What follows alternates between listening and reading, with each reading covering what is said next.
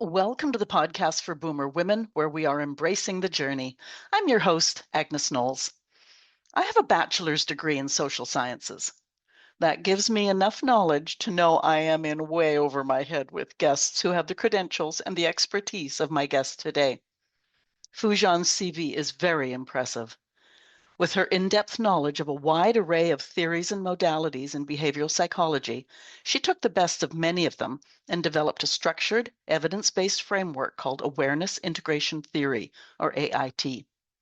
Foojan explains it all so we lay people can understand it easily, and it makes so much sense. I love Foojan's answer and excitement when she gives her closing advice to our demographic. Before we start, another reminder about the new feature at the website. At boomwithabang.com, I've created a resource section. You can look up previous episodes by subject, and you can find books written by guests, some interesting courses and offerings, lists of jobs and philanthropic possibilities. Also, if you're curious about the life of a house and pet sitter, I'm journaling my journey. Listen to my conversation with Foojan now.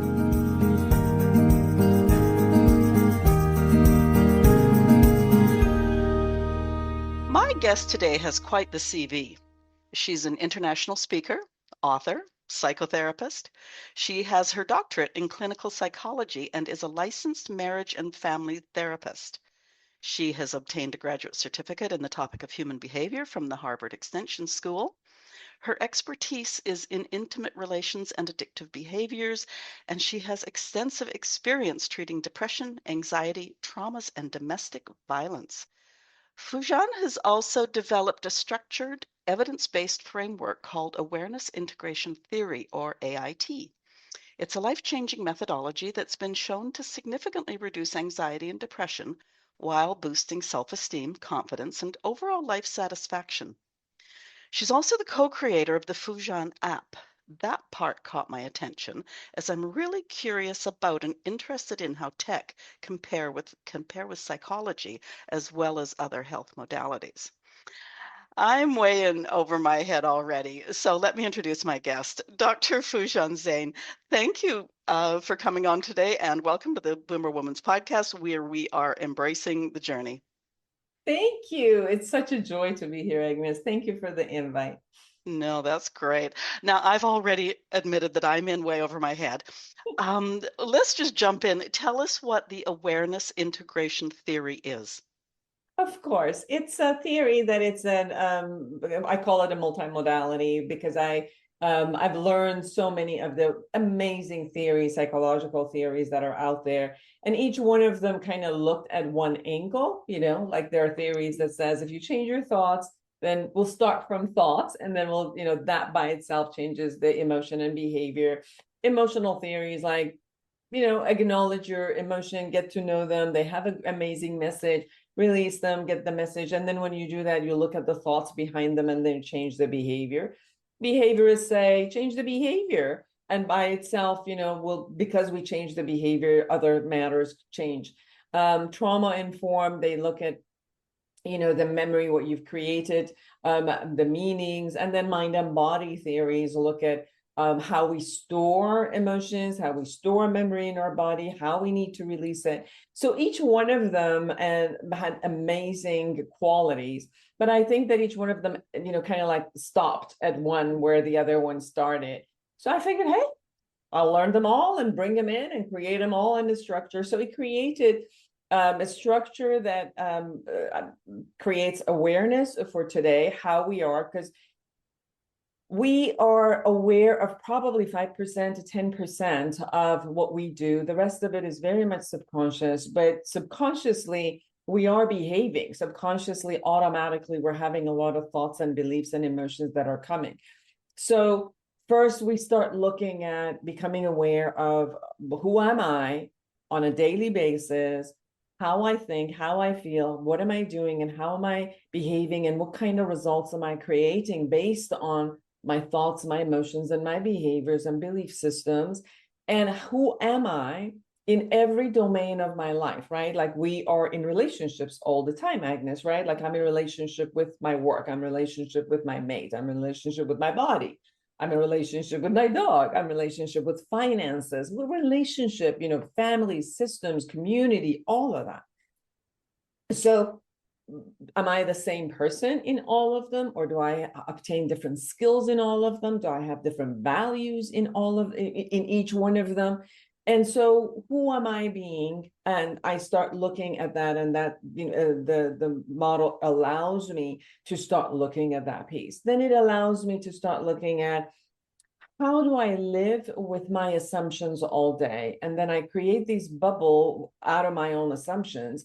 And without checking the reality, I live in these assumptions. So I want to take responsibility in the way that I perceive, assume, and then behave based on those. So might as well kind of be aware, because I'm projecting that the world is doing this to me, versus kind of looking at, how am I perceiving and what am I creating?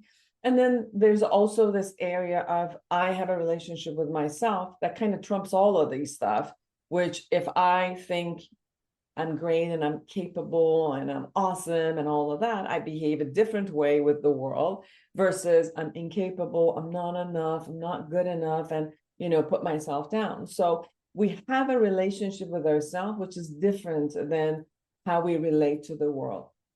So the part of the awareness is really this encompassing, kind of having a camera.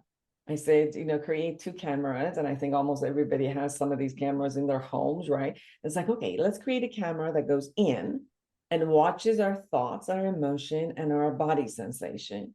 And then you'll install a camera outward, which watches my behavior to the world, and then what kind of results I create, the impact of my behavior with the world, and what happens, this relationship out here. And then as we're watching these cameras, we listen to our own commentary. We look at, the belief systems, the thoughts process that shows up, that is constant. What am I hooking on to? What emotions I keep creating and fostering? What thoughts are automatic and keep showing up? What belief systems hold me and won't let me go forward? And what belief systems are, igniting this amazing manifestation out there and takes me and calls me forward? And then out of this awareness, we kind of start looking at those belief systems that don't work for us, that are holding me, that are outdated. Maybe I made this up, when I was 3 or 4 or 5 or 10. Something happened and I made a decision about myself and the world, and I generalized it, put it in concrete, and that's the way it is. And I haven't upgraded it all these years. So searching for those beliefs, watching how it operates, then I can go and look at, when did I make that up, right? It was an event happened that I said that to myself, and then, put it in cement. I put an identity for myself. I am something, or the world is something. And then I got stuck to it. So I can go back into the memory lane, kind of, bring that part of me out of the closet, kind of connect back into it, integrated within myself, so that I can be whole and I'm not all these fragmented parts. Because our systems does that, right? Our system fragments us in order to survive. And it's like, okay, I can be strong enough that I can take all of these my fragment parts, heal them, and be a part of me. And then so I can be a whole person as I'm going forward, right? Like if I'm 63 years old, I don't need to have a 5-year-old and a 10-year-old and a 15-year-old, states of emotions hanging out somewhere. They can be all parts of me, where I can have vulnerability, I can have my strengths, I can have a range of my emotions, I can have my thought process appropriate to my experience of 63 years of experiencing going out there. So as I become a whole and I look at everything that I have in all these areas of my life, and the skills I have, the resilience, the power that I've created, all of that as a person, from there I can create an intentional way of being and operating, right? I can say, what are the belief systems that I want to operate from? What are some of the emotions that I like to foster, right? Like if automatically I was fostering anxiety and anger, I want to be intentional that I keep fostering love and gratitude, let's say, because not that the anger, anxiety aren't going to show up, I'll listen to them, I hear them, I'll take their message, I'll take care of them, but I want to foster love and gratitude. So I want to keep bringing back myself into this space. And then, what behaviors I'm committed to doing. I can get rageful at any time and, get violent, but I choose not to, right? So I'm going to be committed not to do that. I'm going to be committed to resolution of conflict versus reacting to a conflict. So these are behaviors that I can say, I'm committed to these way of behaving. I'm committed to creating a healthy communication. So I can be intentional instead of automatic about who I intend to be. And from this person who is me, is not somebody else. This person is me. I'm just picking the best part of me throughout the years that I've chosen. And I'm like, you know what? I'm just going to be the best part of me. Not the other parts won't show up. But if I'm aware of them, I'll catch them, I'll love them, I'll accept them, and then choose to be the best of me again. And then from there, I can set up all the goals in different areas of my life, create structures for all of these goals, and create outside structures so it holds me accountable to move forward and obtain these goals. And I have a system to evaluate myself, not being punitive, just evaluation. I can be intentional in the morning and say, I like to be intentional today and create these things and be this person. And then at night, I have the tools based on the AIT to say, how did I do? Did I say, whatever worked for me? Oh, these things worked for me. Okay, how did I think and how did I feel and what did I do that these things worked for me? Oh, these are my strengths. Okay, good for you. Keep doing it.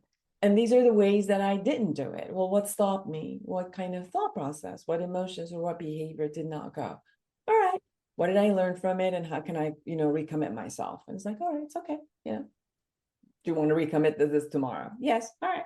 So you have an evaluation system that allows you to be fulfilled with life, to play the best of you at any time. And if your other vulnerable side comes in, you're with nurturance, you're like, it's okay. We all have those bad days or bad moments. And I learned from it and, keep recommitting myself to my capabilities. So that's kind of like a structure that is taken from almost, 7, 8 theories and interventions that have been there, just kind of bringing them together to handle the present, clean up the past, envision a future to co-create with life and a future that calls you forward. And then in the meantime, to also be a person who is loving and accepting toward all of you, and lives with your strength while you take care of your own vulnerability. Ooh, okay, I'm going to go right back to the very beginning and just say that makes so much sense because I've got an undergraduate degree in the soft sciences. And I remember going, yeah, that makes sense, but there should be more, or there's other things, other forces that have affected us, even back in my 20s. Now you've just admitted you're 63, so I'll say it out loud. I'm 70. By the time our audience gets to this age, which they are, we got a whole bunch of baggage, and we can say, well, that event made me this way, and that person made me this way, and it's easy to externalize all that.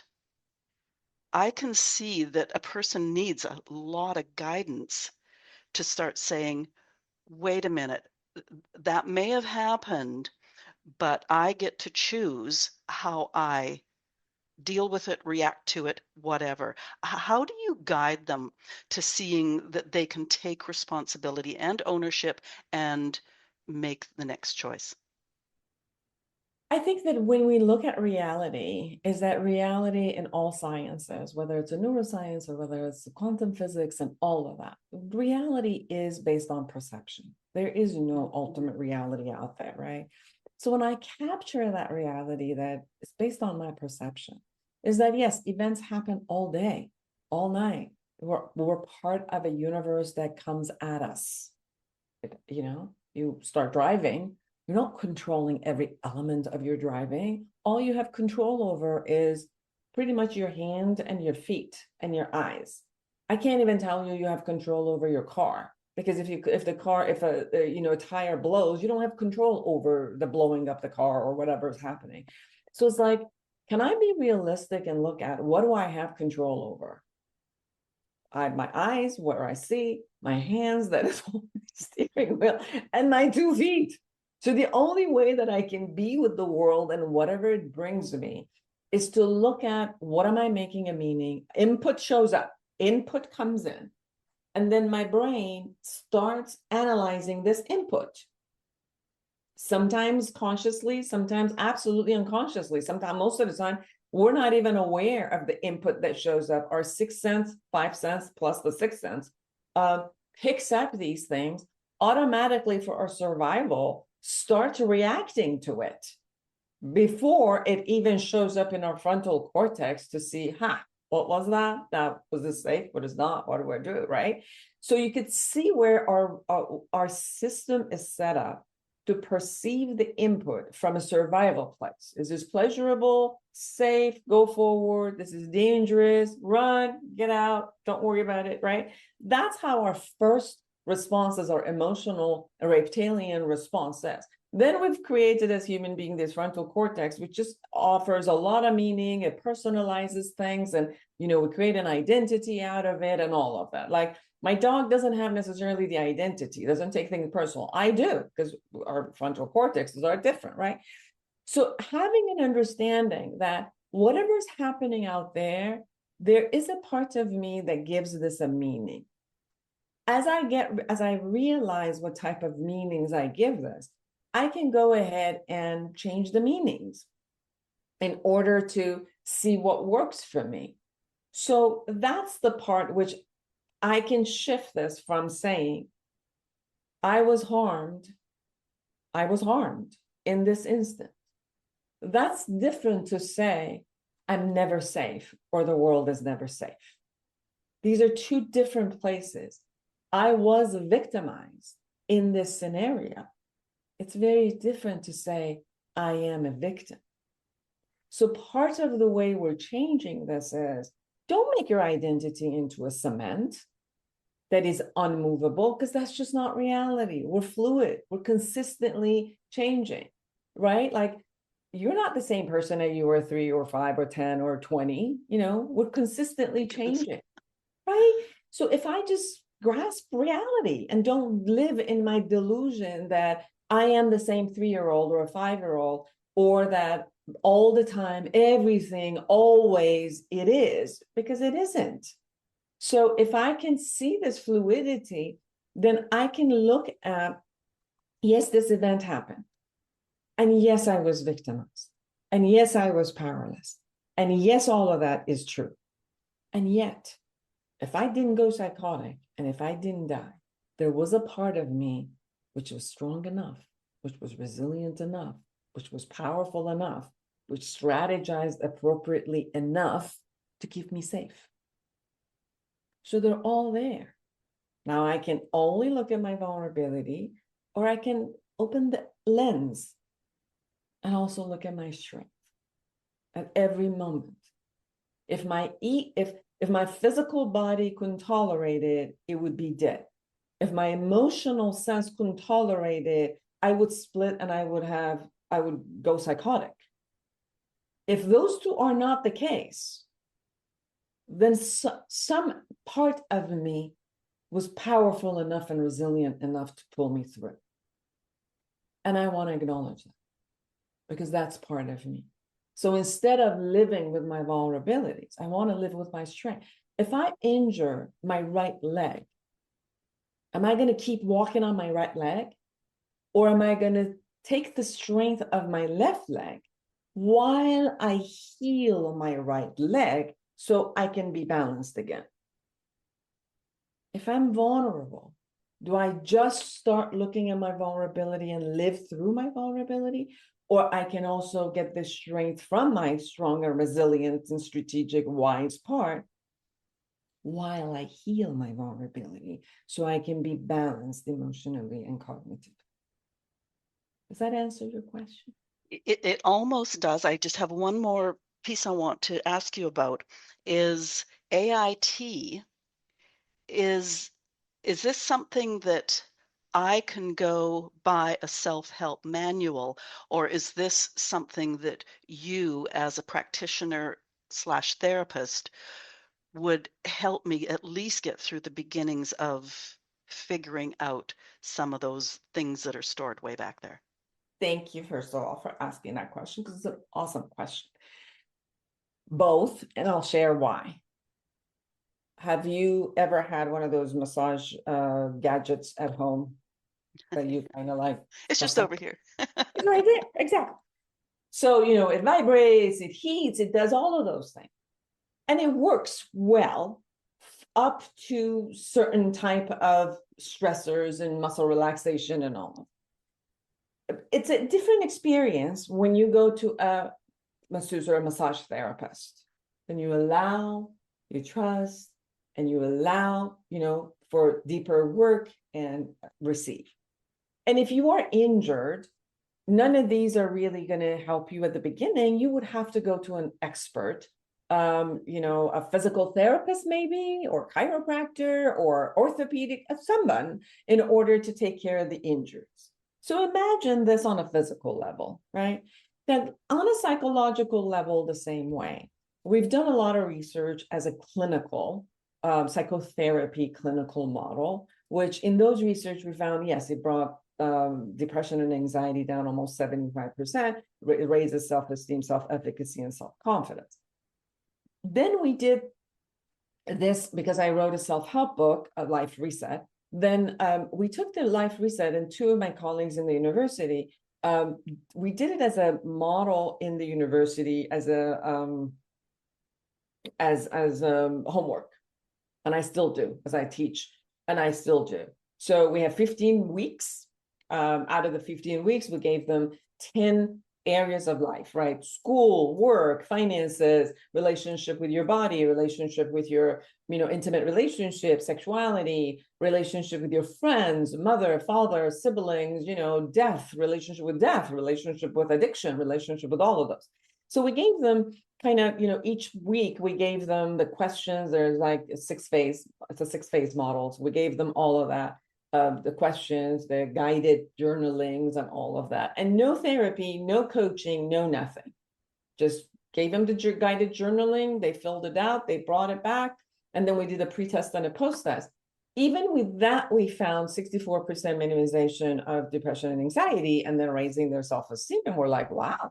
So without the help of anybody else, just by this is working. And that's when we decided to put it in an app. It's like, okay, if a self-help still also gives so much to the person, then let's put it in the app. So in the app, we have 31 areas of life that you could choose from. And then you go through the 6 phase. It takes you through questions, and you answer the questions, and then we'll take you through a guided meditation and a guided, kind of like guided meditation, guided visualization, so that it kind of like you take it in and you look at it. And even at one point, we're like, okay, now stop for 48 hours. Now take these questions with you to the world, right? So somebody might come to my office and I'll say, what do you think about people? And they're like, I love people. I love them all. They're great. I have no prejudices, no nothing. So I'm like, okay, I want you to go in real world and ask these questions from yourself. So next week, my client came back and said, thought I loved people. I observed myself that when I am standing in a Starbucks coffee, I judge every single person who's there. Whether it's their clothing, the perfume they were wearing, the way they were standing, whether they were from ethnic, and I was judging and figuring out what ethnicity they had. And I found out I have stereotypes for all of these ethnicities. And it's like what I thought I would tell you, and what I thought was the best of me. And then when I went out there and I really monitored, I also watched all other parts of me show up. And I was like, great, now you know. And the knowing, the awareness is what can support you to pick and choose what you want. And Not that your automatic prejudices won't show up, but you can behave on them, or you could say, yeah, the differences are showing up for me, but I choose love, or I choose this. And then you have a choice, because as long as it's not up here, you don't have a choice on it, right? It's automatic. So even in the app, we're like, okay, stop. Go take these things into your life in that area and really check it. Like if you said here, with my husband or with my mates, I'm doing all of this stuff, stop. Now actually monitor yourself for 2 days. How do you behave and how do you think about, in your intimate relationship? And then come back and add to it. And then we'll go through the process of memory. We'll take you in the journey of memory, and then, integration, and then goal setting and all of that, which happens in the app. So to your question, yes, up to a point, you're going to be able to do this on your own, and it might be enough. But going to a therapist or a life coach will give you another person who's also listening to all of the areas that you might have a blind spot, areas that you're not watching, or it's coming through your words and it's coming through your results, but you're not really realizing. And another person always who's trained in this model, can come back and add to your experiences. And especially if you've had traumas in the past, it's hard to heal your own trauma. It's usually best to have this with another person where you could just allow. It's different than me massaging myself than allowing to be massaged. And I usually say that also about therapy, which is if you've had a trauma, you need to allow a nurturing and accepting voice to come in while you are still in that space where you can tell, because it's hard for you to split yourself and nurture yourself. So sometimes you do need another person to be there for you. And I was hoping you were going to go there, because although I'm very impressed with the results on just doing it on your own, but there's an expression that you can't see the label from inside the jar.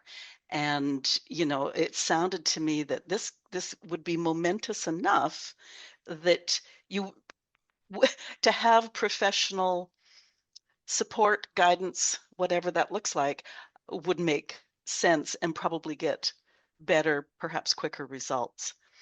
I'm going to just put one more thing out there, is if we've been carrying things around for, at this age, decades, and some people will have chosen to, in air quotes here, self-medicate. What's the process? Because I would think we have to, in the case of self-medication, I'm not talking antidepressants or anything like that, alcohol, drugs, whatever. Is there a process where you can say, okay, you put this Band-Aid on the issue, we have to remove the Band-Aid to tend to the issue? Yes. One of the areas that we work on is addiction, substance use, and your body.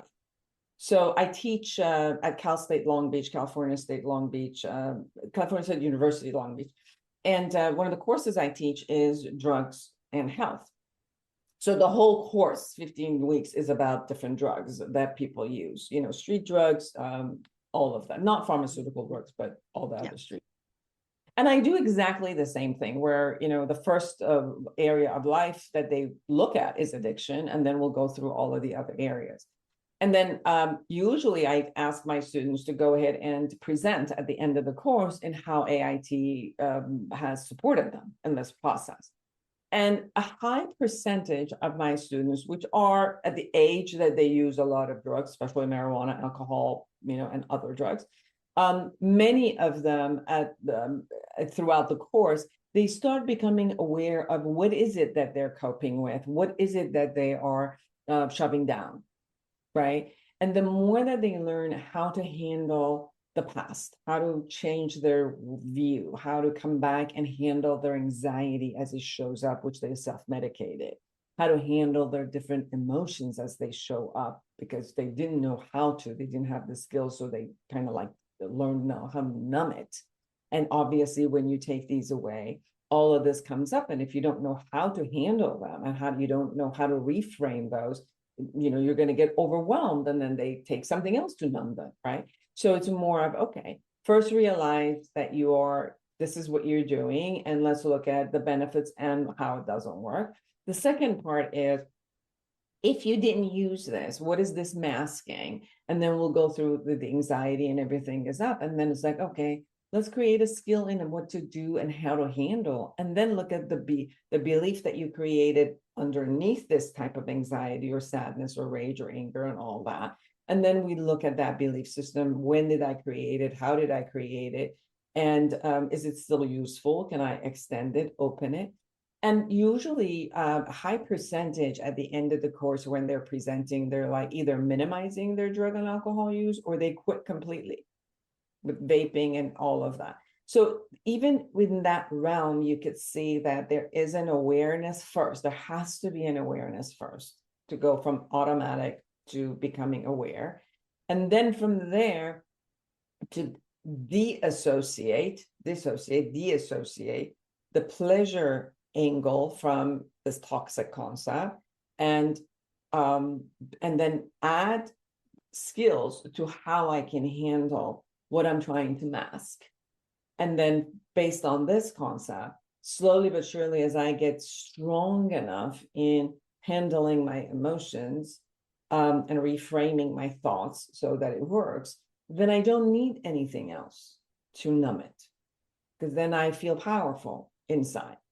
And that's why the model, we've seen such a result in minimization of depression and anxiety, because depression usually, and I'm not talking about clinical, chemical depression that you have internally, I'm talking psychological depressions, are usually because we've said something about ourselves which is negative, we believed it showed up from the past, and we're caught in the past. And anxiety is something that we took the past and kind of forwarded in the future and create this horror film for ourselves. And it's like, and that's what we do to ourselves. And then, and as you clear the past and envision a future that is intentional, it would be obvious that brings down the depression and anxiety. And as you're working with the relationship toward yourself and building the inner power, coming back from your vulnerabilities, and really based on your own tangible evidence of your life, you keep looking at the strength you've had to pull through, then you raise your self-esteem and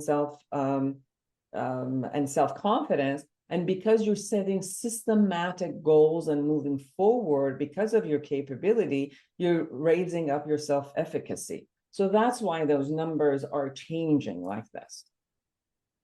It was interesting because I had another question for you, but I think I'm just going to be bold enough to make a statement that it sounds to me that there can be a domino effect in your life. So if I come to you saying, "Oh, I'm having problems with my partner, and like I feel crappy about it, blah, blah, blah," and I deal with that, or you help me deal with that, then I can also probably say, whoa, some of this is overflowing into my work relationships or with other drivers on the road, to take your driving thing. And so now, as I say, it's a domino effect where one thing will affect another, which will affect the next, which will affect the next. So for example, if someone comes in and they're dealing with their intimate relationship, usually we start with the intimate relationship, then we go into the domain of sexuality, then we go into the domain of your relationship with your mother, your father, the relationship of your mother and father together, because that's where you learned relationship and move forward. That's where you learn love, safety, all of those. So all of those pieces made up who you are today. If you have children, we are going to deal with every one of your children, your relationship with those. If you're married and you have financial partnerships, so the financial area is one that, so you could see, you walk in with one and you automatically are going to look at all of these because they're intertwined. And as you say, your career, because your careers are going to be intertwined, then you might even bring the in-laws into the section. So you could see one area, it leads to so many other area that has a effect together. So absolutely, we start with one and keep looking at all the other domains that are either affecting this domain or this domain affects the others. And the more you become aware, then you can adjust the thinking, the feeling, and the behaving, and therefore you'll create a different type of results and impact. It sounds like I'm always throwing roadblocks up, and I'm not meaning to do that. But I I was love your thinking, questions. It just opens it up deeper and deeper. It's wonderful. so given the fact that we're dealing oftentimes with relationships with other people, those other people are used to us being one way. And making the choice to be another way can be intimidating. It can be met with resistance. It can be met with sabotage. How does a person keep moving forward to become the person they want to be? To be clear and communicate it, because people don't like change. Obviously, other people don't like change. We don't like change even when we want it, let alone if we didn't ask for it and somebody just threw it at us, right? But if I'm clear in what it is that I'm going forward and what it is that I'm doing, and I get to know where it's coming from and I know what the goals are, then I can communicate that and communicate it in a way that not only the person knows where I'm coming from and I'm taking full responsibility for it, but also to share with them the goal. And in relationship with people, I might need to create mutual goals, right? Like if I'm in a good friendship and I decide to set boundaries right now and take care of myself, then I could share this. These are the reasons that I'm changing, and this is what's going on. Can we share together a different goal? Maybe we were, kind of like buddies going everywhere all the time. And I need to change this for my life, but I really love you and I want to, spend some time. Can we together figure out another set of boundaries, another way of being so that it works for both of us, right? So it's that level of communication. But I think that if we do it out of resentment, if you're blaming other people and then you're pushing back, it's the blame, is the pushing back, is not telling them, suddenly springing some change on them, which is going to get people startled. But if they know that your intention is for the betterment of yourself and the quality of the relationship overall, they'll co-create another goal with you. They'll co-create another future with you, right? So like children and parents. At one point, we're a parent to a child, and then the child grows up and it's like, now we're a parent to an adult. These goals have to change. If as an adult to a child, my job is to be responsible for you, to discipline you, to nurture you, to do all of these for you, and you are 20 years old, I can't discipline you anymore. That's not my role anymore, right? It's not right. My role is not like, okay, no, don't put your hand in the socket. Oh, don't go like that. I'm going to hold you and take you. You can't do that to a 20-year-old. A 20-year-old's like, are you crazy? Leave me alone. So it's this way of being a different parent and a child, again. So let's together come sit down and design our new way of being together. I remember when I was in college, me and some of my friends, we were together every day. Like it was every day. Like we would go to class, then we would hang out, then we would hang out all the way to like 3 o'clock in the morning. Then we would go to class, and this kind of, it just went on. As and I became a businesswoman and I got married and all that. I was like, that's just not possible, right? So it created these, like, what happened? You don't love me anymore. You're not here for me. And then it would come with jabs like, well, you're always busy. So, these all things would come because the changes would sprung. And it's like, okay, people take it personal.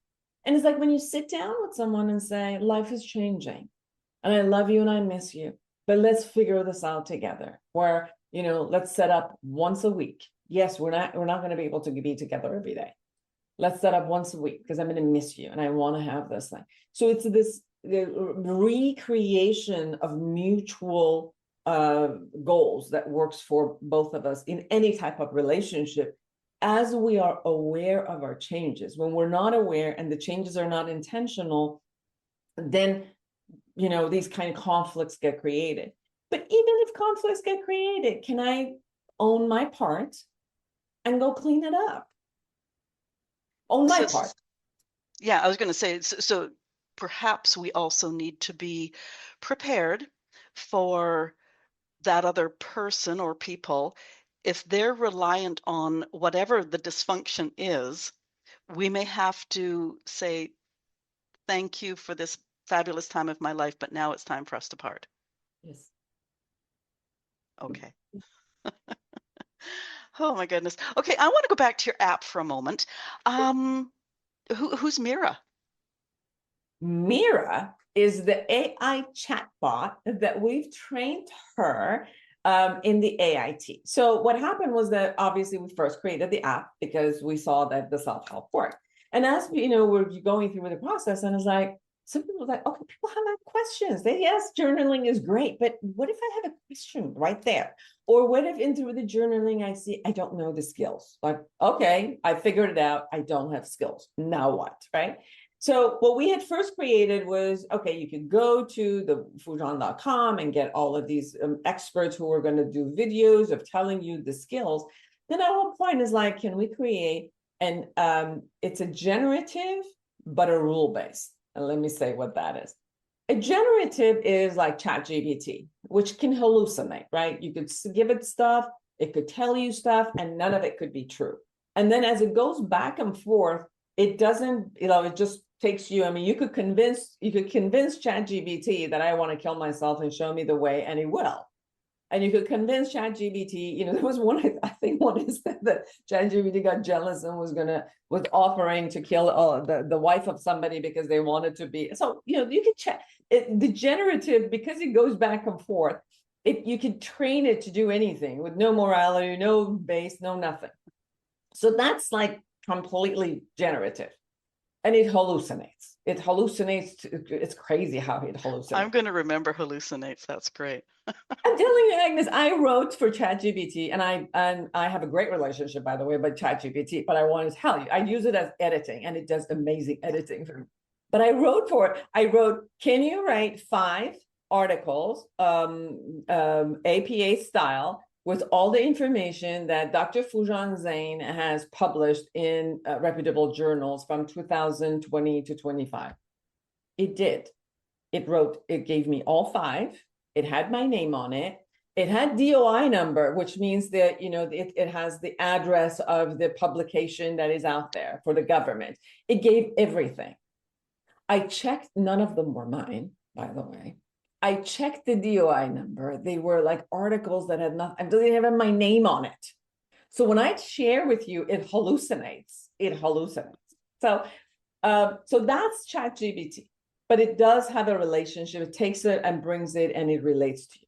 Then it's rule-based AI that you give it exactly data. If so-and-so said this, then do this, right? So you give it rules. So what we decided to do is to bring both of them together.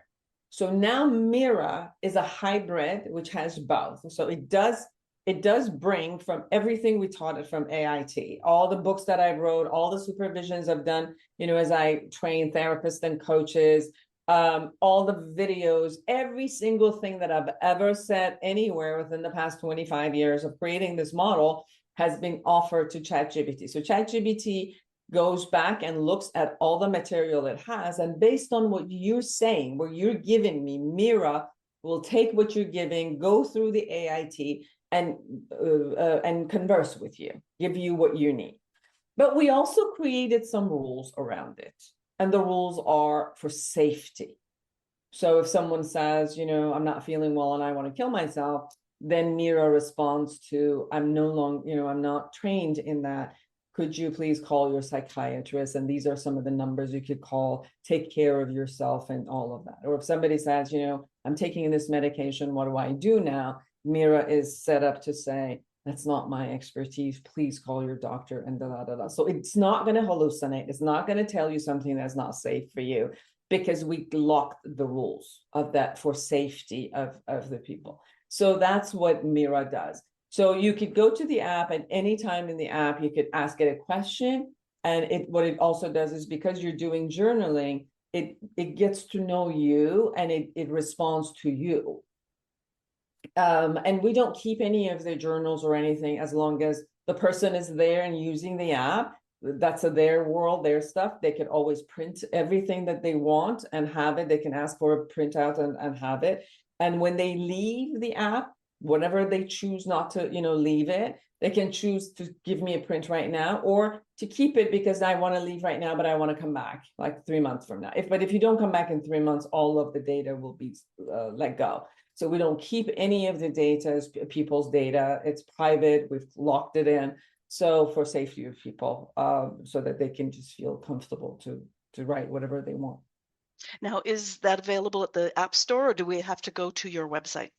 No, Apple Store and Google, both. It's for Okay. Android and Apple. So you just go to a store wherever you go and put Foojan and it shows up. It has 3 days of free trial and it has different packages like a month, quarterly, or a yearly. And then that automatically comes with Mira. Cool. Okay, I know we're both watching the clock. Before we close, one of the focus topics for your chats is dance with life. I like that. What does that mean to you? Means that I can flow. Dance to me is play. Look at life as play. And that's what we did when we were born. A little, when you look at little kids and infants, every day, everything that they experience is with play. And to me, dance is play. So enjoy life, play with life. And, we got one life to live. Even with people who think they have multiple life, you have this life to live as this person.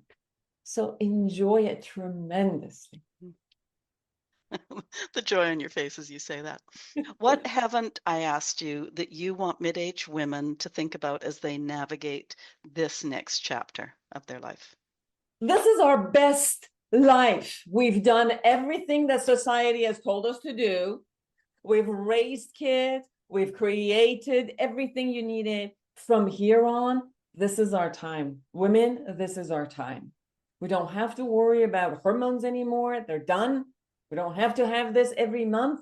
We can just enjoy life. Like all responsibilities that we've had to do in order to create this race, procreate, do all of that is done. Now it's just time to enjoy. And that's what I've had the best of my life after 50, Agnes. I can tell you. Those past 13 years have been the best of my life. I've been most successful in my career. Best time of my marriage. Best time of my relationships. So enjoy. This is the time for us. Where do we find you on the World Wide Web? FoojanZeine.com, awarenessintegration.com, Foojan.com, all of those 3 websites somehow gives you different things. Foojan Zeine is about me and my work and all of that. Awareness integration is the theory itself and all the practitioners who are doing this. And Foojan.com is about the app. So you have a podcast.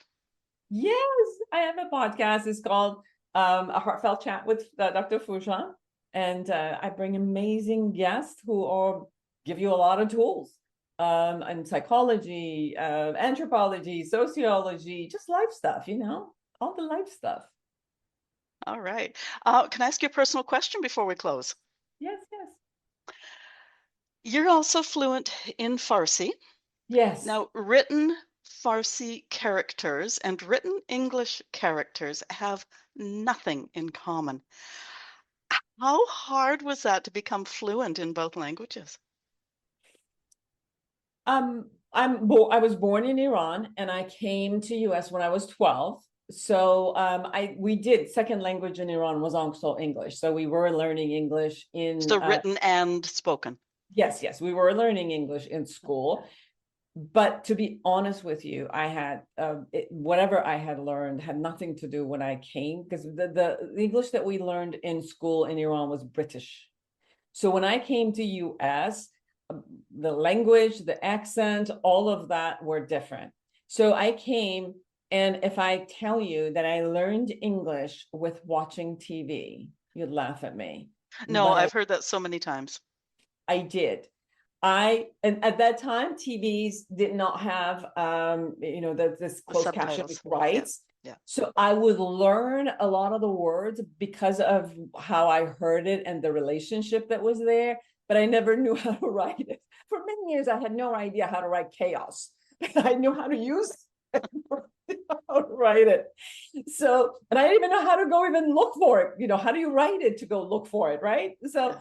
it was interesting. And now, like, they have closed captions. So anybody who wants to learn language, I'm like, go watch movies in another language and then put in the closed caption in that language so that you can see how it's written. But that's how I really learned English. Wow. Before we pressed record, I mentioned that I had been listening to the beginning of one of your interviews in Farsi, and I'm looking at the written characters, and I'm going like, oh my God, like where Yeah. would a person start? You know, maybe I'm looking at it from 70-year-old eyes. I don't know, but I Well, we was write just, from right to left, first of all. So we have right to left, and we have 32 characters that are written from right to left. And like Asians, they write from up to down. So yes, I mean, we look at other languages, and completely is like it's a whole different skills to have. But it's well, you impressed the hell out of me. Um, I'm trying to oh, learn Spanish from Duolingo right now. oh, okay. Yeah, I've learned and forgotten Spanish so many times that I keep on thinking I'm going to go back to it. Okay. Your website link, no, actually, the main website link is in the show notes. All of your links are on your page at our website. Listeners, we rarely get to this age without baggage of some sort. I found my chat with Foojan really interesting today. I came into it not knowing much, but hoping that you'd sort of blow my mind, and you did. Listeners, did it ring any bells for you? What do you think about apps, AI, in tandem with medical modalities? I've done some research there, and there is a ton of potential for use in some areas. And I really appreciate you emphasizing the fact, Foojan, that you've put those safety parameters in. Just so important. Listeners, if you have thoughts on today's show, talk to us. Leave comments where you're listening, or if you're listening at boomwithabang.com, scroll to the bottom of the page and talk to us there. If there was a question I didn't ask Foojan, ask it in the comments and I'll get you an answer. Share this episode. We're all at a place where we can decide who we are going to be today and tomorrow. Perhaps a friend needs a little guidance with that, and this conversation with Foojan might give them some insight. If you enjoyed this conversation, click the follow button at your favorite podcast platform. It helps us grow. I'm also registered at Substack. Following there is free, and you'll get notified every time an episode is released. Dr. Foojan Zeine, thank you for being my guest. I came in, as I just said, not really understanding what it was going to be about, but you clarified it so well and gave me so many insights that I'm sure you piqued the interest of a whole bunch of our listeners. So thank you. Thank you so much. It was amazing. Thank you for asking very detailed questions so we could open this up. And thank you for the opportunity to share what we've been doing for so long. Yeah, it's just great. Have a great rest of week.